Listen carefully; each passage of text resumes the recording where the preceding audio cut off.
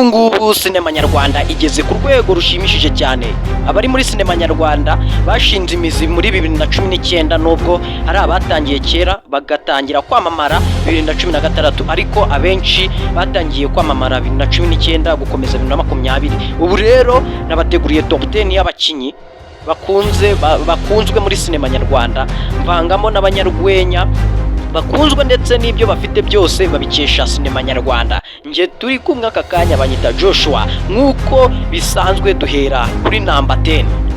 Umwanya wa 10 rero turahasanga umunyarwenya ukunzwe cyane bamwita Mitsutsu, nta wundi uwo bamwita Mitsutsu, akaba akunda gukina imyitwarire imeze nk'iya Shariro. Muramuzi Shariro ni umuntu ukunda gusetsa cyane.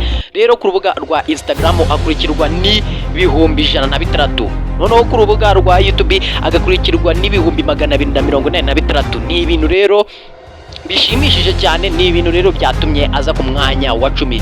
Rero tunyarutse, reka tuhite tunyarukira ku mwanya wa 9.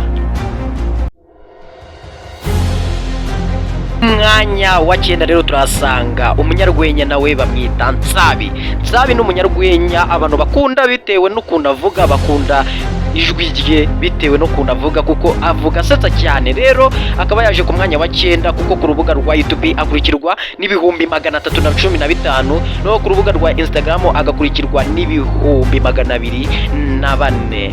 Rero reka tuhita tunyarikira ku mwanya wa 8.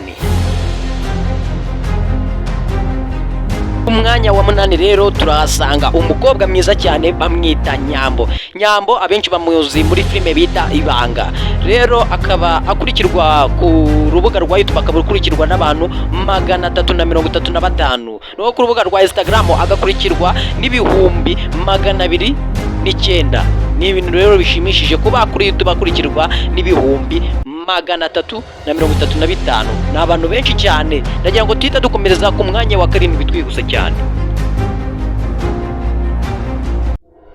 Umwanya wa 7 rero naho turasanga umukobwa bamwita Irakoze Aline Vanessa. Akaba yarakinye filime nyinshi nk'iyo bita Maya, n'ubundi bwabyo yitaga Maya. Akaba yaraje yaramenyekanye no mu yindi filime bita Street, bakaba baramwitaga Sheila. Rero akaba yaratwaye na award nyinshi cyane bita Mashariki Award 2024, ndetse ku rubuga rwa Instagram akaba akurikirwa n'ibihumbi 117. Ni ibintu rero byiza cyane, bikaba byamuhesheje umwanya wa 7. Reka rero tuhita dukubita tubangura tuza ku mwanya wa 6. Umwanya wa 6 rero turahasanga uwo bita Kanyabugande Olivier, abenshi bamuzi nka Nyakso. Ni umwe mu basore rero bafite chano nyinshi cyane, kandi akaba yikorera, agakoresha abakozi benshi cyane bakomeye kandi nawe akorera. Rero ku rubuga rwa YouTube akaba afite abantu bamukurikirana bangana n'ibihumbi 489. Ni abantu benshi cyane rero, akaba akunzwe cyane, ni umunyarwenya. Rero reka hita tujya ku mwanya wa 5. Tugeze rero muri 5 ba mbere. Rero umuntu wa 5 ni umukobwa bamwita Bahavu Usanase Jeannette. Ni umwanditsi wa filime nyarwanda kandi ni n'umukinnyi wa sinema nyarwanda. Akaba akunzwe cyane, bamuzi muri filime yagiye akina nyinshi cyane nk'iyo bita Father in Law ndetse n'izindi nyinshi cyane. Rero ubu ngubu ku rubuga rwa YouTube akaba akurikirwa n'abantu ibihumbi 593. Akaba rero ku rubuga rwa Instagram akurikirwa n'abantu ibihumbi 2,880. Ni ibintu rero byatumye itaza muri 5 ba mbere. Rero kita dukomeza tujya ku mwanya wa 4.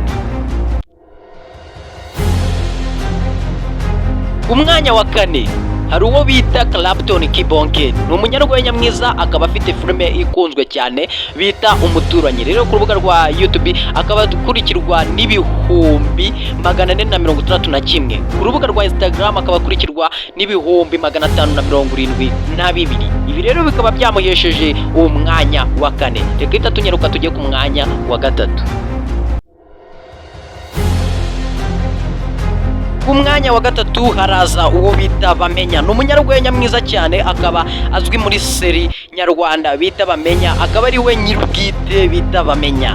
Ku rubuga rwa YouTube akaba akurikirwa n'ibihumbi 372. Ku rubuga reka ihita tunyandukira kuri babiri ba mbere. Ku mwanya wa kabiri ninde? Reka tuze turebe.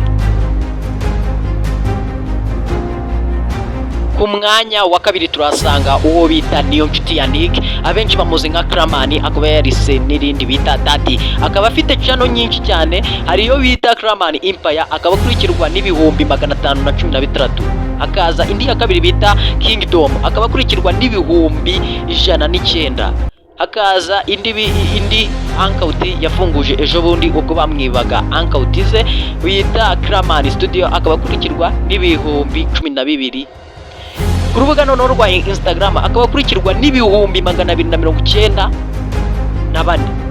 Ni ibintu rero byahise bituma ahita ajya ku mwanya wa kabiri, kandi ndetse akaba yaratwaye igihembo cya Mashariki Award muri 2024. Ni ibintu rero byahise bituma aza ku mwanya wa kabiri. Kandi ndagira ngo nkubwire ati ngiye tukiri kumwe baracyanyita Joshua. Ndagira ngo mbere yo kujya ku mwanya wa mbere, ndagira ngo niba utarakoze subscribe, ndagira ngo uyikore kugira ngo tubanze tujye ku mwanya wa mbere, kugira ngo n'ibiganiro byanjye kandi bijye bikugeraho mbere y'abandi. Ese urakeka ari uri ku mwanya wa mbere?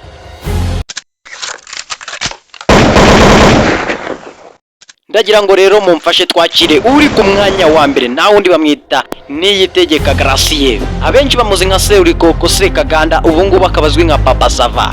Ni umusizi akaba n'umusangiza w'amagambo bakunze kwita MC. Papa we bamwita Ngarukiye Tarsisi, mama we bakamwita Mukarushaza Bernabete. Yize mu kigo bita GSFU Girls School, yaje kwisanga mu kigo cy'abakobwa.